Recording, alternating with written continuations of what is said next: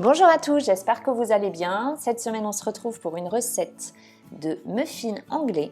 Ces petits pains qu'on déguste au breakfast, on peut aussi les déguster au goûter. Et l'avantage de ces pains, c'est qu'on les réalise sans four. Je vous laisse découvrir la recette en images.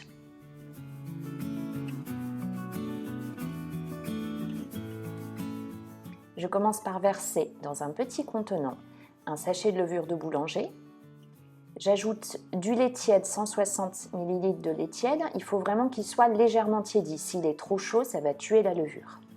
Je réserve le tout pendant 5 à 10 minutes en mélangeant régulièrement.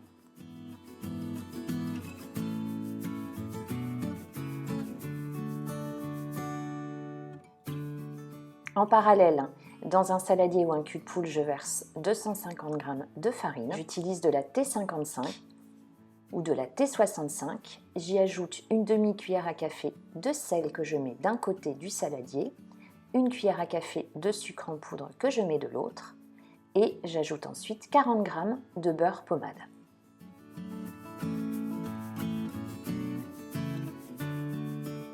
À l'aide d'une spatule, je crée un puits et j'ajoute mon mélange précédent, les levures. Si vous n'avez pas de levure déshydratée, vous pouvez utiliser de la levure fraîche. Je vous mets tous les ingrédients en description comme d'habitude. Je mélange jusqu'à obtenir une boule de pâte.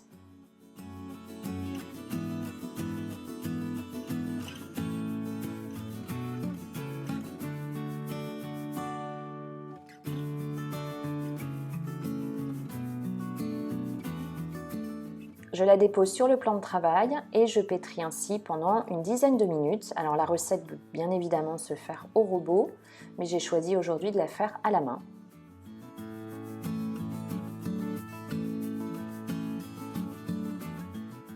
Au robot, même chose, vous pétrissez pendant une dizaine de minutes avec le crochet.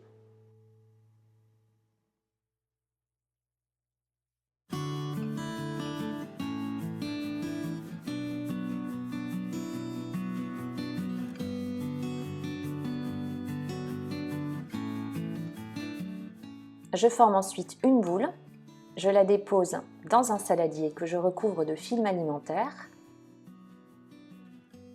Alors j'y mets en plus un torchon pour que ce soit vraiment bien au chaud et je réserve ma pâte donc dans un endroit bien chaud, la pièce la plus chaude de la maison. Donc en ce moment il fait bien chaud, donc c'est l'idéal. Pendant 1 heure à 1h30, il faut que la pâte double de volume. Vous pouvez aussi la laisser pousser toujours avec la méthode dans un four avec un bol d'eau bien chaud et ça va également bien pousser. Donc après 1h30, j'enlève mon film alimentaire, je reprends ma pâte. Donc on voit qu'elle a bien doublé de volume.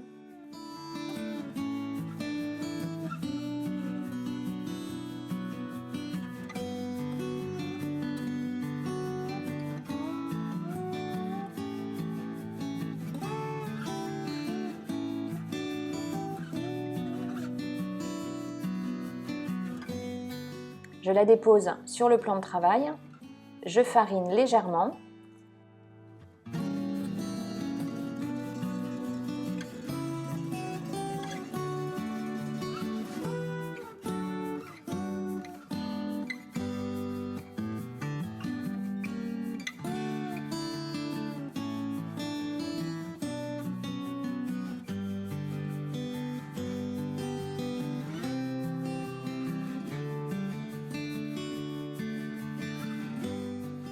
Et je l'étale sur une épaisseur d'1 centimètre. Donc moi sur la vidéo je l'ai faite un tout petit peu trop fine à mon goût. J'aime mieux quand les muffins sont bien gros. Donc étalez-la vraiment sur 1 centimètre.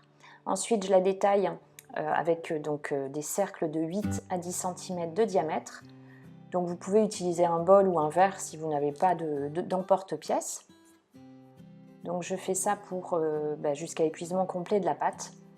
Donc après je reforme une boule avec les chutes et je refais donc des muffins. Je dépose chaque muffin sur une plaque donc recouverte de papier cuisson.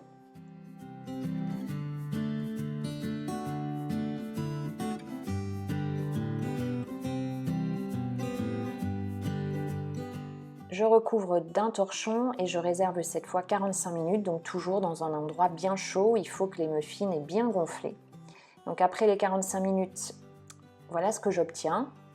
Donc je vous dis, moi ils sont un peu trop fins parce que j'ai fait la pâte un petit peu trop fine. Je badigeonne d'un peu d'huile d'olive, ça pour l'ensemble des muffins, et ensuite j'ajoute un peu de semoule fine.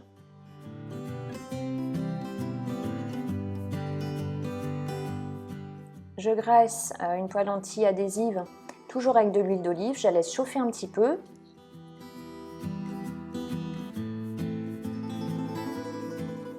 Et j'y dépose mes muffins très délicatement. Donc sur le côté où j'ai badigeonné d'huile et où j'y ai mis un peu de semoule fine.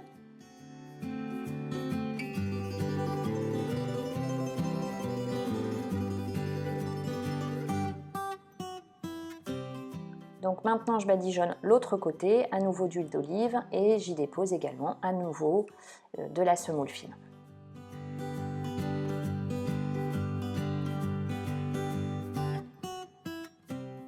Je recouvre et je laisse à feu moyen, doux moyen pendant 3 minutes. Ce qu'il faut vérifier, c'est qu'ils soient bien dorés en dessous. Alors moi je les aime pas trop cuits, donc je trouve que cette couleur c'est l'idéal. Je les retourne, donc même chose, je recouvre et je laisse chauffer 3 minutes environ à feu doux moyen à surveiller. Donc les muffins ont bien gonflé, je les dépose dès la fin de la cuisson sur une grille. Donc je fais ça pour tous mes muffins et il ne reste plus ensuite qu'à les déguster. Donc vous pouvez également les conserver donc même le lendemain et les faire chauffer au grille-pain, c'est délicieux au petit déjeuner. Ici à la maison on aime aussi goûter avec ces petits pains, donc avec de la pâte à tartiner, de la confiture, du beurre.